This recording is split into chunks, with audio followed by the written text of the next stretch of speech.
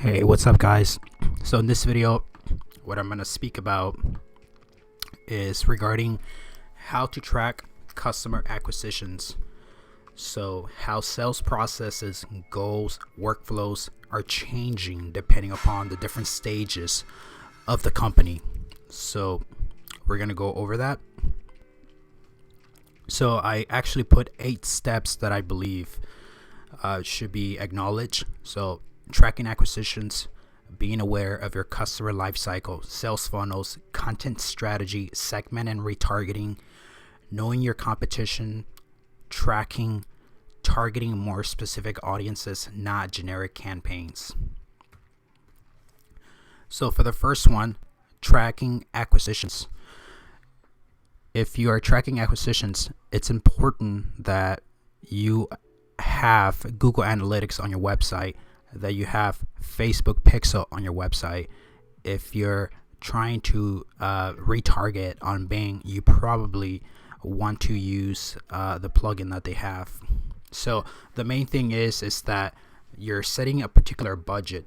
For example, say that you set a monthly budget and your idea is that you're going to get a return on your investment of your budget.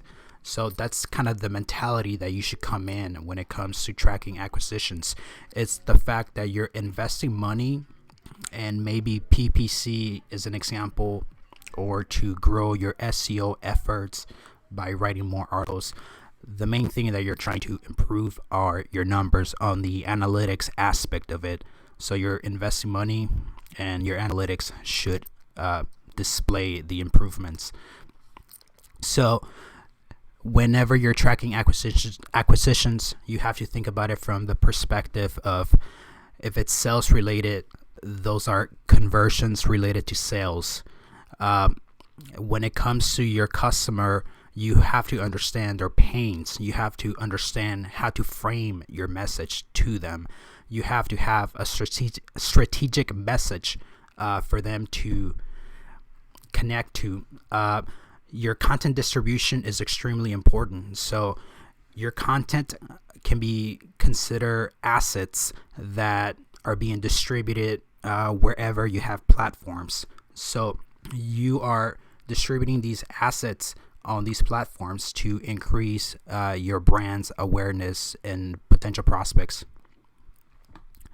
So customer lifecycle, it always begins with the fact that you're going to be doing some sort of advertising to entice people to kind of check you out. And there should be a process where you pre-qualify people, you qualify people, and eventually it gets to the sales team where they close the deal. So the customer lifecycle, it's important that you have an automated setup to nurture your potential leads into potential clients. So it's extremely important that you capture the leads. So you must have a landing page, if you don't have one, to capture the leads. And once you have the leads captured, there should be a series of questions, perhaps in order to help you pre-qualify, or perhaps like a web form where you can ask prospects specific questions to help you determine whether if they can fall with in the realm of potential clients. So obviously you pre-qualify, you qualify, and you eventually want to get to where you close them. So from what I have seen, the best methods at the moment, again, probably there are other methods as well, but pre-qualifying, you can pre-qualify using Facebook chatbots. Specifically, the one that I have used is ManyChat. So for example, you can place a Facebook Messenger opt-in, which just basically means that they willingly subscribe to your Messenger bot. And from that point, you can ask them a series of questions, and that's the pre-qualifying process. After you ask the series of questions, you will eventually have them qualify, right? So what is qualifying? Technically, qualifying is a process that allows you to find out whether if a lead is actually a prospect. So a prospect is someone who has the potential to become a customer. Leads, on the other hand, are just potential prospects. So that's why going from pre-qualifying to qualifying is extremely important, to where eventually you want to close them, of course. And closing the sale, the sales team has to take care of that. So the sales team has to be aligned with the entire process of the life cycle, so they have to understand the overall big picture. So the sales funnel is a process where you are controlling how the customer life cycle moves along. So it's extremely important that you write articles, right? You use Yoast for your WordPress plugin to help you optimize your articles. You want to use Google Console, which I actually forgot to include on here. You want to capture leads by using landing pages. You want after you have captured the leads, you probably want email campaign sequences being sent out after they opt in. And when it comes to Facebook Messenger, the difference will be that instead of them receiving the emails, they will receive broadcasts of messages via the Facebook Messenger chatbot, which is ManyChat, to ask them questions or to broadcast whatever you want, really. It doesn't really have to be specifically to pre-qualify. So always use Facebook Pixels, always use Google Analytics, track events that are necessary to track specific metrics that are necessary to track, leads to prospect becoming clients, provide lots of free value. So we're gonna move on. So providing lots of free value is where the content strategy comes in. So you will see how this one is actually a customer-centric approach to show you how the process is done, where they're first educating, they're providing a lot of free value. So you can see they're educating prospects. They're creating awareness by, articles, blogs, sales presentations, workshops. Then the customer lifecycle would actually begin where after you have educated, prospects, they will check you out. They will become a visitor. They will become a prospect who might be interested in working with you.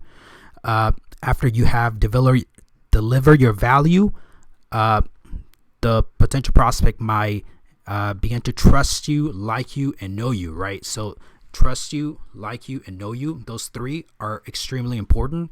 So you want them to become a loyal customer by building trust. So eventually, if they come and check you out, go to your website, they will see your landing page, right? They will opt in. So that's where they become a lead, right? So they become a lead, and you can have email sequences sent out to them depending upon how they opted in. So if they opted in via Facebook Messenger, the content that would be received from by them would be sent obviously by you via broadcast or however you want to do it, really. You just have to be more familiar with ManyChat. So the thing is that they become a lead, and eventually you're going to come to the point where they are being closed and they're being onboarded, right, as a new client. And you want to maintain the fact that they are a client by renewing them as clients and upselling them over time, which comes with more education, as you can see. So product setup training, free trial, qualification, scoring. So the qualification process, this is where the pre-qualification process comes in. As I said, they will come in, check you out, then they will, opt in. Then you ask them questions or however you want to do it, a web form or questions or whatever. So the main thing is that the content strategy starts with education, awareness, training, customer life cycle. The sales funnel kicks in, and eventually you want to close them. So once people start visiting you, right, you're going to have to build data from your Google Analytics data or your Google Pixel, your Facebook Pixels data, in order to help you segment specific audiences or whoever you want to segment, really, and to also retarget them. So make sure that you are tracking your data, that you're collecting data for retargeting to help you create campaigns of lookalike audiences on Facebook as an example. So those are segmented audiences that you could run a campaign to. So for Google Analytics, you always want to make sure that Google Ads is joined together with Google Analytics in order to help you use the data from Google Analytics on Google Ads to help you retarget specific segmented audiences. Whenever you segment, you can obviously you filter specific audiences. Once you filter or segment, you retarget that specific filter or segmented audiences via Facebook ads and Facebook Pixel. That's assuming that you have Google Analytics and Facebook Pixel on your website tracking specific events. So the main thing is that you're looking at macro campaign strategies versus micro campaign strategies. So as you are building data, as people are visiting your website, you're building data, and from that point you're going to have a vast amount of lots of data of people to potentially segment. So that's kind of what I mean by macro campaign strategies and micro campaigns, meaning that you have so much data to where you can filter, for example, only mobile users. So that would be a very micro campaign strategy. So another one would be mobile users who use an iPhone only. So that would be very micro. A macro campaign could be mobile users only campaign ad. So you can see that's more bigger picture, right?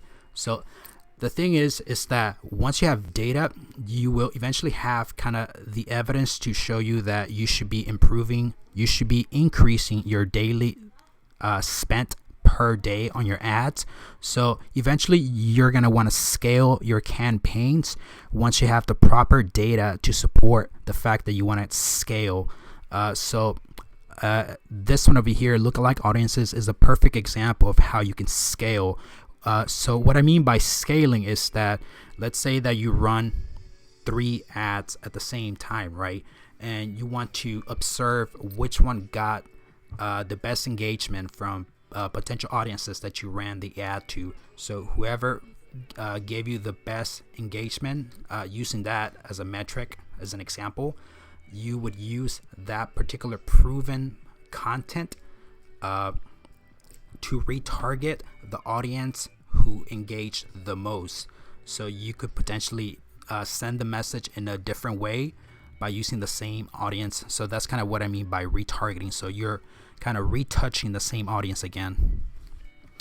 Okay, so let me move on.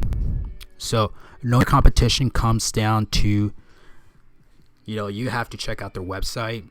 You have to see backlinks that they have, the most common backlinks. That means that those are the most visited links within their website.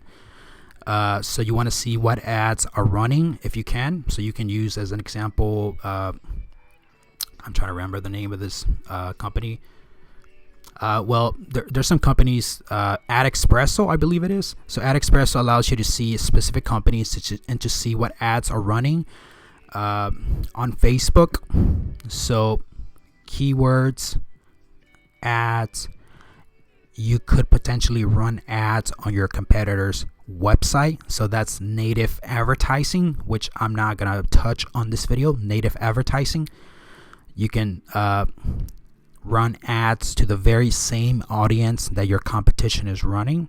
You can run Google ads to specific audiences or the same audience that your competitors might be running. So you want to check out the kind of content that your competitors are pumping out as well, because that will give you a very good idea. So tracking, you want to be testing ad campaigns to build data. Facebook Pixel, Google Analytics integrated with Google Ads.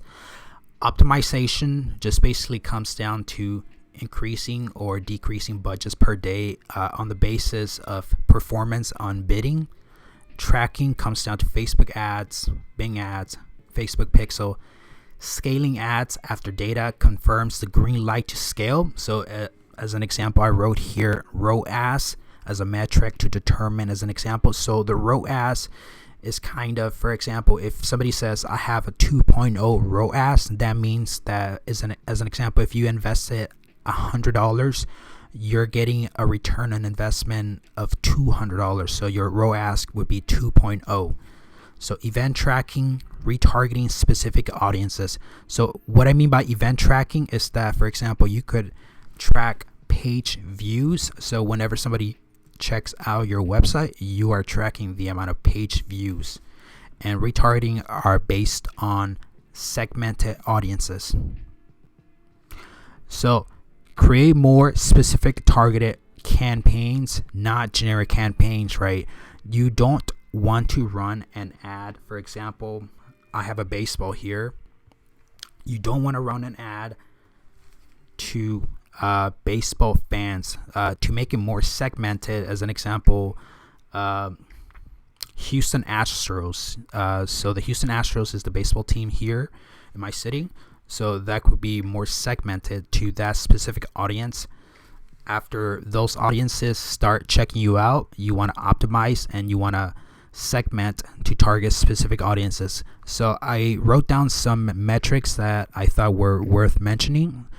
Cost per click, cost per impression, click-through rate, cost per lead, customer acquisition costs, customer lifetime value. So I'm just kind of like touching up on this video. I'm going to move on to the next video. I kind of hope that this video helped you understand a little bit better.